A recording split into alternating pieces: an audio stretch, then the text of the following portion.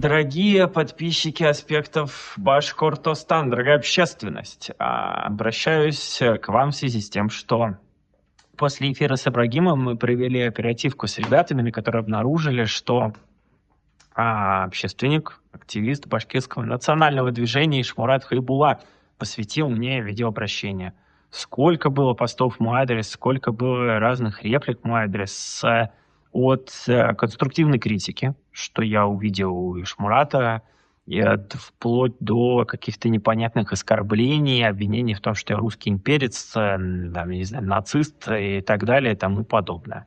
Для того, чтобы найти общий язык с Ишмуратом, для того, чтобы мы друг друга поняли, для того, чтобы мы нашли какой-то компромисс и, собственно, в первую очередь пошли к осознанию, что мы занимаемся плюс-минус одним и тем же делом, что я никогда не был противником колониального движения национальных республик, всех, в том числе остальных, не только Башкортостана. Мне бы хотелось провести с вами беседу, откровенный, искренний разговор.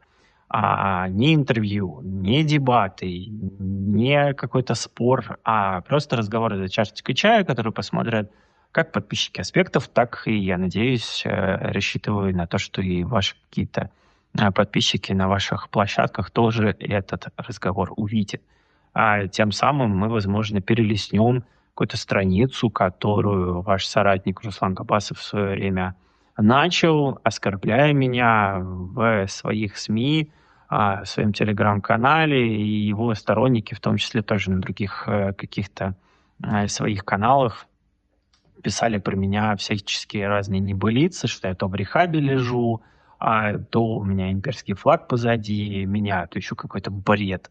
Вы человек порядочный, по всему, человек, обладающий умением к конструктивному диалогу. Я рассчитываю на эти ваши навыки на следующей неделе. Пожалуйста, напишите в комментарии к этому обращению, либо мне в личку тоже реквизиты своего профиля я оставлю. Давайте разговаривать, давайте дружить, а не враждовать. Ассаламу алейкум, дорогие зрители, гости канала. Сегодня Руслан Габбасов у себя на канале, тот самый башкорт, написал такой длинный пост, как ответ Евгению Коноплину. Есть у нас такой земляк, парень, который очень активен где-то на площадках, где обсуждаются башкирские вопросы про Башкортостан. Вот он комментирует, спорит с кем-то, с Русланом. У него эти споры иногда доходили до очень резких слов. Есть даже видео, где они спорили. Так вот, Евгений Коноплин написал один комментарий. В то время, когда у Руслана с другим Русланом была беседа на канале Аспектов, да, он написал примерно такой вопрос. Руслан, ты что, считаешь русский народ каким-то уродом, который не может создать федерацию? Примерно такой вопрос. И Руслан такой длинный пост в качестве ответа Евгению написал. Я прокомментировал так. Если бы я отвечал на вопрос Евгения, то я бы сказал только одно слово. Нет. Но все-таки я подумал сейчас и, может быть, все-таки раскрыть, чтобы вот этот мой пост не казался каким-то издевательством, что ли, чтобы люди не подумали. Вот я прямо взял, я обрубил и отказываю в праве русскому народу быть таким полноценным государствообразующим этносом, который вокруг себя других собирает. Да? Все-таки, наверное, вот это короткое «нет» нужно раскрыть. Таких парней, как Евгений Коноплин, по России очень много. Парней, которые живут в национальных республиках, они часто спорят с местными народами, доказывают им, что вот малые народы почему-то не могут создавать свои государства. А таким соединяющим, скрепляющим эти малые народы элементом или этносом, или народом должны быть именно русские. Давайте на эту тему немножко поразмышляем. Во-первых, Евгений, я хочу тебе сказать. Руслан тебе написал что русский народ в данный момент болен болезнью имперства. Не обижайся, пожалуйста, вот на это утверждение. Но так думает не только Руслан. Мы очень многие живем с этой мыслью, и мы это на себе чувствуем. Под этими словами может подписаться любой чеченец. Любой казах тебе то же самое скажет. Татары также думают. Вы просто вот, уважаемые коллеги, русский народ, поймите вы уже наконец, что мы все так думаем. А почему мы думаем, спросите вы? Вот, как говорится, сытый голодного не разумеет. И часто вот человек, который даже сам насморком не болеет, он не понимает вот ситуацию и состояние другого человека, который болеет насморком. Потому что человек так создан. Каждый живет в своей шкуре, да, извините за выражение. И он даже не задумывается о том, что чувствуют другие. Русские, они считают как-то вот чем-то обычным ставить себя всегда выше других народов, поучать, посмеяться над языком малых народов, посмеяться над их болью. Когда другие народы приходят и где-то на конференциях, где-то в своих роликах, статьях начинают говорить с болью о том, что умирает их язык, вот это, поймите, русского вообще не волнует. Вообще совсем никак. Он не понимает. Он это не представляет. Его языку ничего не грозит. Его язык звучит везде. И русский никогда не поймет вот боль человека, который видит, как на его глазах умирает язык, на котором он разговаривал в детстве. Вот человек смотрит вокруг себя, да, и видит, вот там, где звучал этот язык, сейчас звучит русский. Тех шуток, которые понимались вот его поколением, сейчас уже носители этого же народа не понимают. И много чего, просто гаснет, тухнет, умирает. И это действительно боль. И когда вот какой-нибудь там русский брат просто априори другого человека считает младшим, считает его тупее, смеется над его акцентом, ущемляет его. Вот помните, недавно менты, извините за это слово, да, просто взяли там девушку, там увели ее в отдел, оскорбляли по национальному признаку, там какие-то обидные слова говорили. Вот вы поймите, для представителей этого народа это большое оскорбление. Я еще понимаю, был бы какой-нибудь подросток, мужик какой-нибудь был бы, тем более, если он сам виноват был, да, это одно. Но тут вот женщину забирают там, я не знаю, какие там слова были, насколько это правда, но это же не единичный случай. Мы наблюдали это, да, бурятку там задерживали, потом у кого-то паспорт там просили, когда, у гражданки Российской Федерации, когда она спрашивает, а почему вы ко мне подходите, у меня спрашиваете, извините, говорит, у вас же вот внешность такая, разве не обидно человеку? Это еще то, что вот просочилось, то, что попало в какие-то ролики, это ведь отдельные, единичные случаи. Вот лично я на себе, вот я свидетельствую, как говорится, да, я тоже через это прошел, будучи подростком, только из-за того, что, мы там, конечно, с другом были, у которого внешность, явно не русская. Вот так забрали нас в отдел, отобрали у нас деньги, не побили и сказали, говорите спасибо. Перед нами там человека демонстративно еще побили, чтобы мы сговорчивее были. Факт, что у нас просто деньги отобрали. Мы тогда, подростки были, просто направлялись в Египет. Тысячи слов, тысячи примеров вот таких по России есть. Конечно, такие вот, как ты, Женя, и другие русские, они этого никогда не поймут. Потому что вас по национальному признаку не ущемляют. Да, вас ущемляют. Понятно, что Россия это страна богатая на насилие и ущемление. Но вот именно по этой линии вас не ущемляют. Вот, поэтому, Женя, то, что Руслан написал тебе, это то, о чем мы тоже все думаем, понимаешь? Далее, ты говоришь, почему у русского народа нет, что ли, права там создавать федерацию? Я не знаю, это даже уже немножко наглостью попахивает. Вам Всевышний эту возможность уже давал не раз. Тем элементам, тем народам, которые вот смог бы изготовить эти скрепы, простеплерить всю эту территорию, создать какие-то институты, органы власти, которые будут печься, беспокоиться об исчезающих народах, об их языках, ну, короче, и в том числе и об экологии этих народов переживать. У вас были столетия стать вот этим действительно уважаемым старшим братом, который бы все это сделал. Вы же этого не сделали. Есть известный такой писатель, вот имя вылетело сейчас. Короче говоря, у него есть ролик. Он, конечно, матом там выражается, поэтому я не могу цитировать.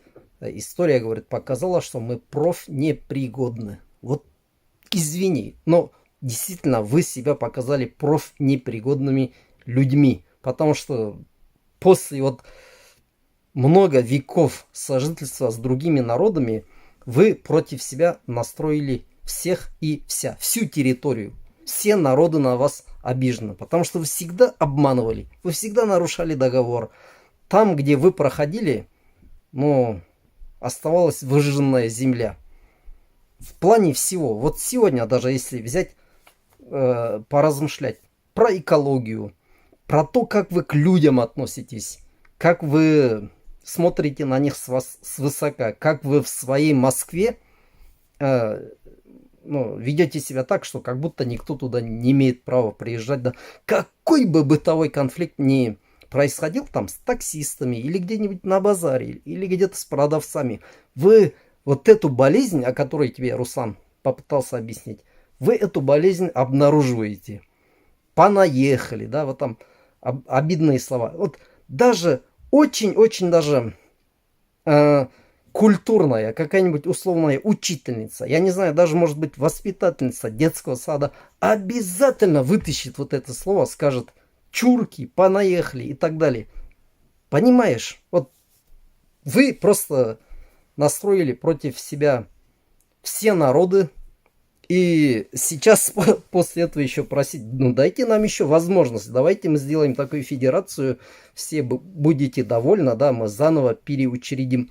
Нет, у вас века были, чтобы что-то там переучреждать, чтобы показать себя таким адекватным человеком, не лицемером, который на завтра забывает договор, который он заключал, не вот этим притеснителем, не вот этим нацистом, не вот этим условным, скажем, условным, как же его, Дивнич, да, который создает какие-то группировки, сибирский человек, там, значит, русская община и так далее, чтобы давить людей по национальному признаку, по внешности и так далее. Что еще вам нужно?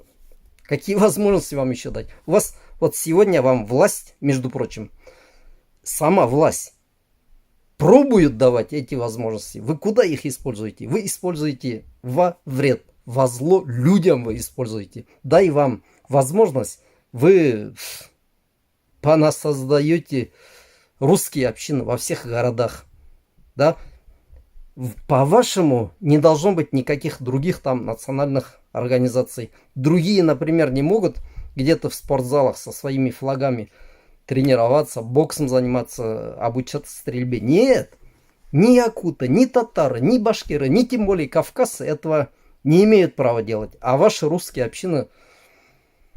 И еще вот такая особенность, кстати говоря, почему-то вот русская община, ладно, они были бы такими, говоря уличным языком, четкими пацанами, которые, ну, за справедливость, да, не за ненависть какую-то, за, ну вот, короче, какими-то хорошими делами заниматься. Нет, Вы же становитесь рядом с притеснителями, с полицейскими, начинаете ходить, преследовать, искать людей азиатской внешности, да? Ну, вот такими же, значит, полицейскими, спецслужбистами, про которых вы вроде бы до сих пор говорили какие-то плохие вещи, ругали, говорили, что они притеснители, там, не дают людям свободы, митинги разгоняют, там, бабушкам сапогом в живот пинает, да? Вы же их ругали, вы, либералы.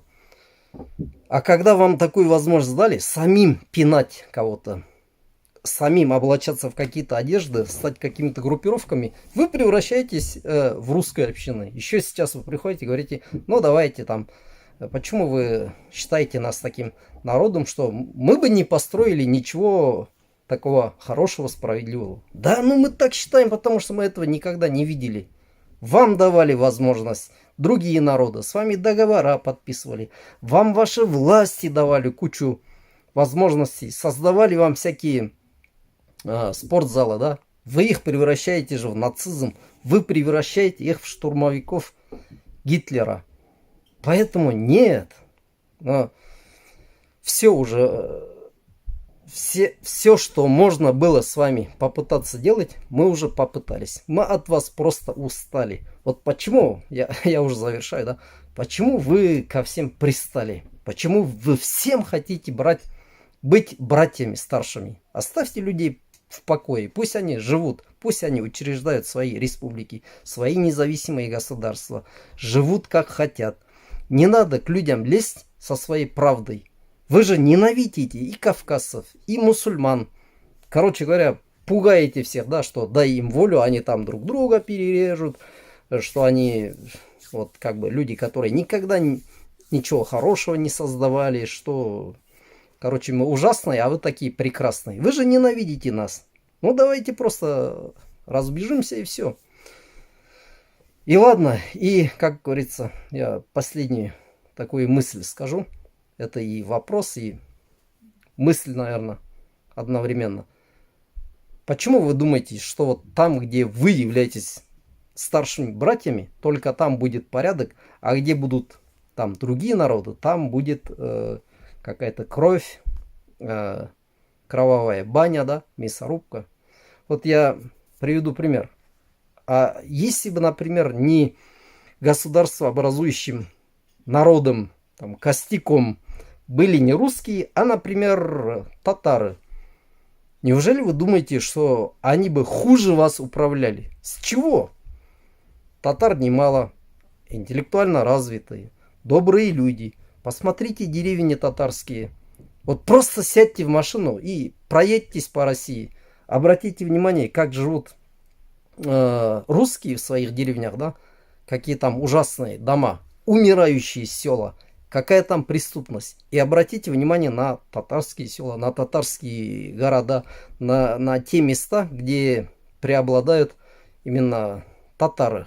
Мне кажется, вот, татары, если бы они стали управляющим костяком, вот просто, я не знаю, какой-то общий договор коллективный, как подписали все и дали татарам все рычаги власти, пусть президент будет татарином, да, пусть вся там силовая верхушка, какие-то там управляющие будут именно татары. Вы думаете, хуже было бы в России? Вот лично я так не думаю. Мне кажется, прекрасно. Они, наверное, те деревни, те села, которые вот сегодня они умирают, наверное, бы татары воскресили бы, создали бы. И была бы еще и дружба межнациональная, была бы справедливость. И не было бы татарских общин по подобию вот русских общин, чтобы там бить, например, людей из-за того, что у них славянская внешность. Вы сильно боитесь чеченцев, да? Но вот мне кажется, что если бы то же самое дали бы чеченцам, чтобы чеченцы именно этой страной управляли, мне лично кажется, что порядок там тоже был бы не меньше, чем то, как я вот нафантазировал, как татары прекрасно управляли бы Россией, так и чеченцы, наверное, бы тоже прекрасно управляли, и любой другой народ. Вот так вот воспримите наши мысли. Я надеюсь, на часть вопросов Евгения Коноплина и людей, похожих на Евгения Коноплина, я ответил. Всем благ. Ассаламу алейкум.